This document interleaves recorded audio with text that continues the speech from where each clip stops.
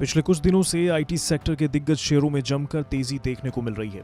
इस हफ्ते TCS, Infosys, HCL technologies और विप्रो जैसी लीडिंग कंपनियों के शेयर अपने रिकॉर्ड हाई पर पहुंच गए हैं, जबकि इसी बीच सामने आए विप्रो के तिमाही नतीजे में कंपनी को घाटा होता नजर आया। विप्रो का 30 सितंबर 2020 को खत्म हुई तिमाही में शुद्ध लाभ 3.4% घटकर 2,465.7 करोड़ रुपए रहा।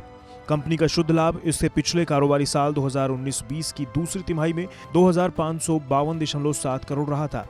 विप्रो की आय चालू कारोबारी साल की जुलाई सितंबर तिमाही में करीब 15,144.5 करोड़ रुपए पर स्थिर रही। वहीं अगर विप्रो के शेयरों की बात करें तो मंगलवार को विप्रो का शेयर बीएसई में 6.4% बढ़कर 375.5 रुपए पर बंद हुआ। वहीं विप्रो ने मौजूदा तिमाही में आईटी सेवा कारोबार से अपनी आय में 202.2 से 206.2 करोड़ डॉलर रहने का अनुमान लगाया है।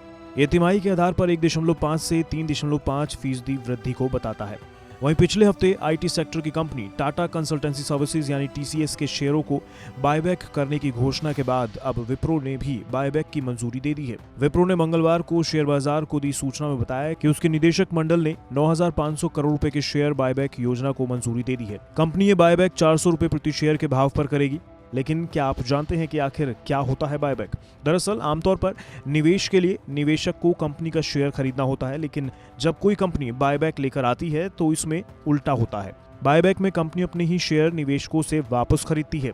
बायबैक की प्रक्रिया पूरी होने के बाद इन शेयरों का वजूद खत्म हो जाता है। विप्रो के मुताबिक बायबैक कार्यक्रम शेयर धारकों की मंजूरी पर निर्भर है।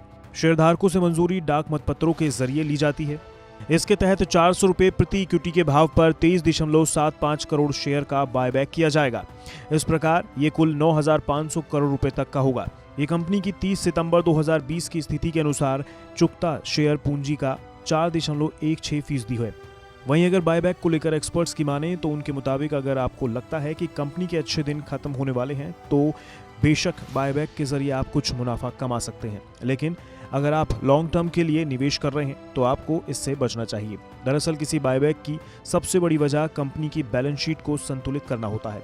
कई बार कंपनियों के बैलेंस शीट में एक्स्ट्रा नकदी होती है। इसे खत्म करने के लिए कंपनी बायबैक का ऐलान करती है। वहीं बायबैक की एक और वजह शेयर वैल्यू भी है, जिसमें अगर कंपनी को लगता है कि उसके शेयर का भाव अब भी कम है तो उस भाव को बढ़ाने के लिए भी कंपनी बायबैक लेकर आती है।